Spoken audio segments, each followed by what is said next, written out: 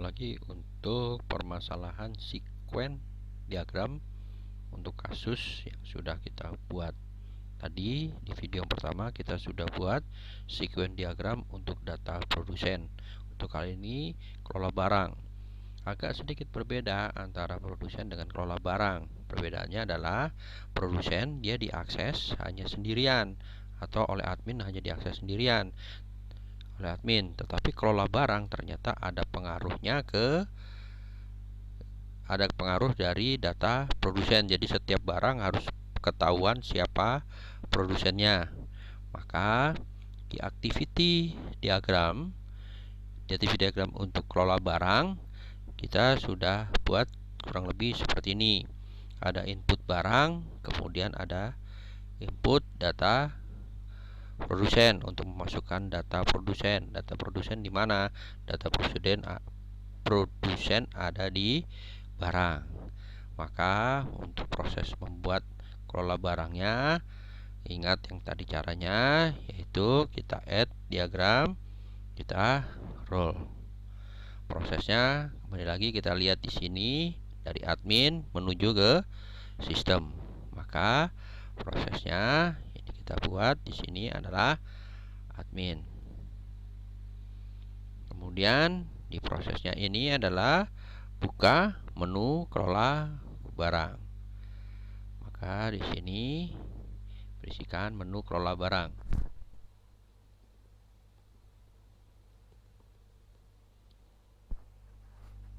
Oke, sudah jadi.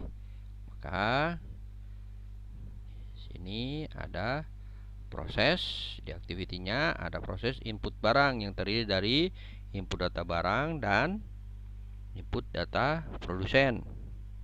Ya, berarti ada di proses ini satu, tapi data barangnya yang dicari adalah tidak boleh ada barang yang sama dan tidak boleh produsen itu tidak boleh tidak ada produsennya. Jadi setiap barang dan produsen itu harus ketahuan siapa yang memproduksi.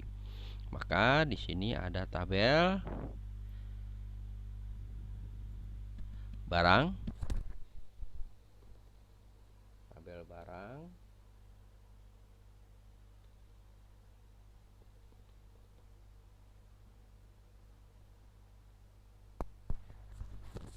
kita dekatkan di sini. Kemudian ada lagi tabel produsen.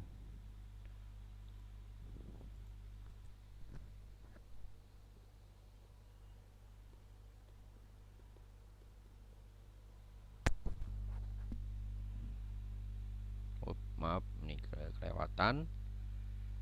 Ini saya hapus dulu.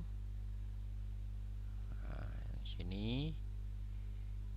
Nah, di prosesnya adalah di activity-nya buka menu, input barang, di input produsen, kemudian baru simpan lagi ke tabel barang.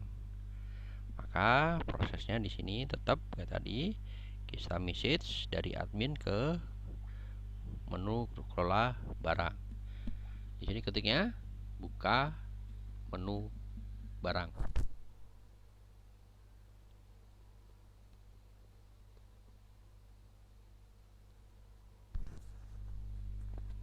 Kemudian maaf, ada yang kurang ini. Ya, ini digeser. Di sini ada proses input barang.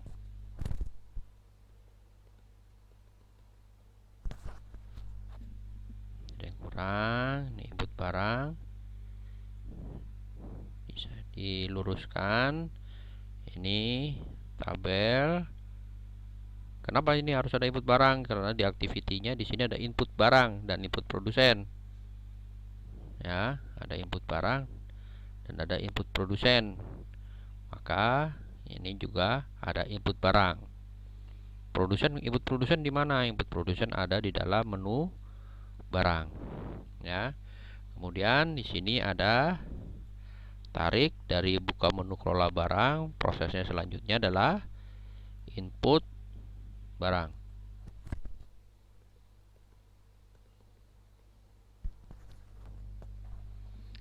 barang, kita cek. Sekarang ada proses pengecekan di sini. Nggak boleh ada data yang sama. Maka prosesnya kita tarik ke sini. Baca barang.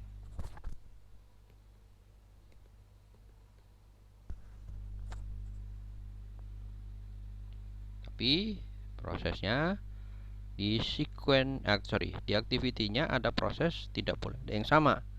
Maka di sequence-nya ini juga kita kasih proses found, yaitu self message.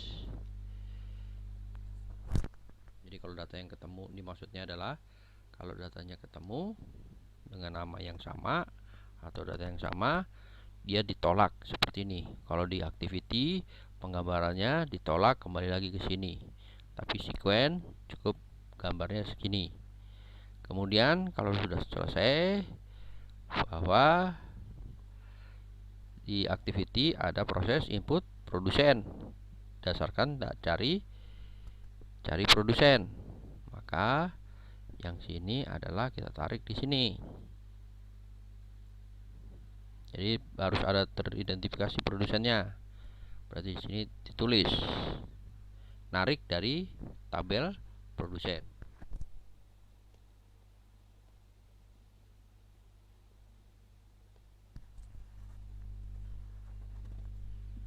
Ya, prosesnya kemana? Kan produsen harus teridentifikasi. Maka di sini prosesnya adalah kalau nggak ketemu kan, di sini ada not found. Maaf.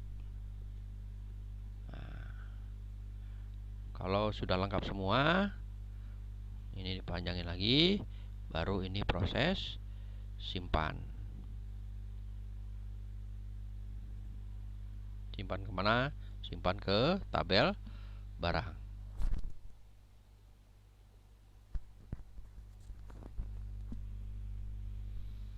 Ya, ini adalah sequence diagram untuk kelola barang.